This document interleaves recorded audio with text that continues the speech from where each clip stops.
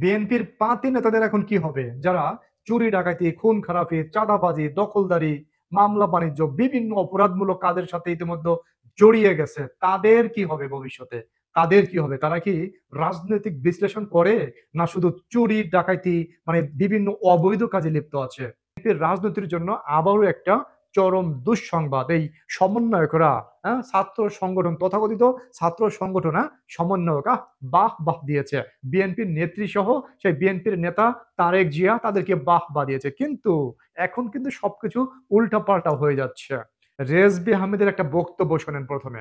গণতান্ত্রিক রাষ্ট্র সেটা না করে আপনার মঈনুদ্দিন ফখরুদ্দিনের মতো, হোসেন মোহাম্মদ এরশাদের মতো কি কালচার, একই সংস্কৃতির যদি পুনরাবৃত্তি হয় তাহলে তো মানুষ মনে করবে আরেকটি ফ্যাসিবাদ তৈরির প্রচেষ্টা চলছে। এখানে রেজবি আহমেদ কি বলতে চাচ্ছে একটু বুঝছেন? বিএনপির ভাইরা, বিএনপির যারা মানে উৎসুক নেতা নেত্রী আছে, যারা ধান ছেঁড়া পাতি নেতা নেত্রী আছে, যারা পাতি নেতা কোনো কিছু বোঝে না, মানে তারা চিন্তা করছে কি যে ক্ষমতায় চলে এসেছে, একদম ক্ষমতায় চলে এসেছে, এখন চুরি ডাকাতি গুন্ডামি বদমাশি মানে ছিনতাই রাহাজানি সব চলবে, এখন সব ওপেনে চালাচ্ছ তোমরা। চালাইতে গিয়ে চরম বিপদের সম্মুখীন এখন বিএনপি। এখন বিএনপি আওয়ামী লীগের থেকে বেশি বিপদে আছে।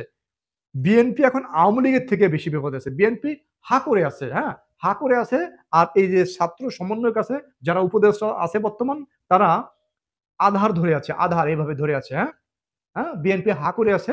আর মানে তারা আধার এভাবে ধরে আছে, কিন্তু এত সহজ না। হ্যাঁ, এত সহজ না। এই যে আসিফ মাহমুদ কি বলেছে যে শুধু নির্বাচনের জন্য কিন্তু এত মানুষ শহীদ হয়নি।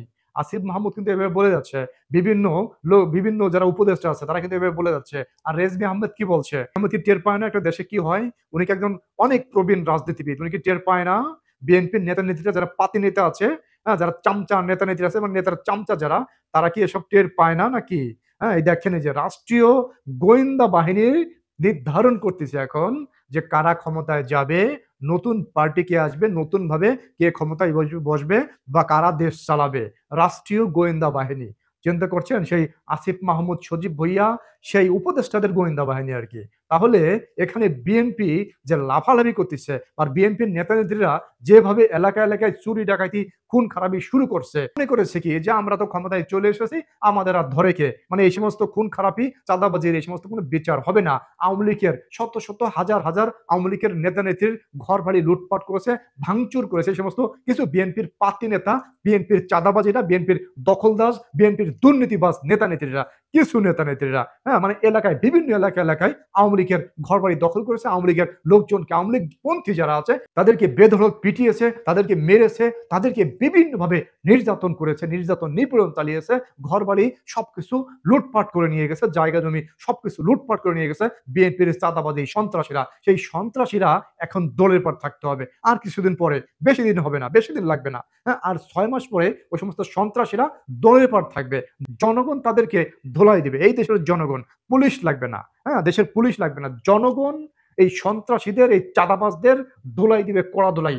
বিএনপির যারা চাঁদাবাজের সাথে জড়িত, বিএনপির যারা এই দখলদারির সাথে জড়িত, বিভিন্ন জায়গায় মাছের ঘের চুরি করে, মাছের ঘর দখল করে বিভিন্ন জায়গায় ট্রাক ঠেকিয়ে ঠেকিয়ে বিভিন্ন মানে মানুষের বিভিন্ন জিনিসপত্র নিয়ে যাচ্ছে। এই মতো চোর বাটপার যারা আছে, বাটপার নেতা নেত্রী, কিছু পাতি নেতা আর কি, মানে না খাওয়া, মানে অনেক দিন খায় না, মনে হচ্ছে এরা রাজনীতি করতে এসেছে না, লুটপাট করতে এসেছে।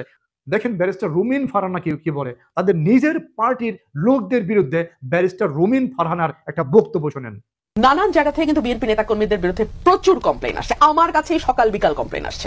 বিএনপি নেতাকর্মীদেরকে মাঠ পর্যায়ে কন্ট্রোল করা যাচ্ছে না, চাঁদাবাজির সঙ্গে যুক্ত, জমি দখলের সঙ্গে যুক্ত, টেন্ডারবাজির সঙ্গে যুক্ত। বাংলাদেশের এলাকায় বিএনপির চোরে ভরে গিয়েছে একদম। সারা বাংলাদেশের এলাকায় কোনো নেতা নেত্রীর কোনো কন্ট্রোল নাই, মানে সেই একদম কেন্দ্রীয় পর্যায় থেকে যে সুইচ কন্ট্রোল আছে না, সেই কন্ট্রোল নাই। কারো নির্দেশ কোনো বিএনপির নেতা মানতেছে না।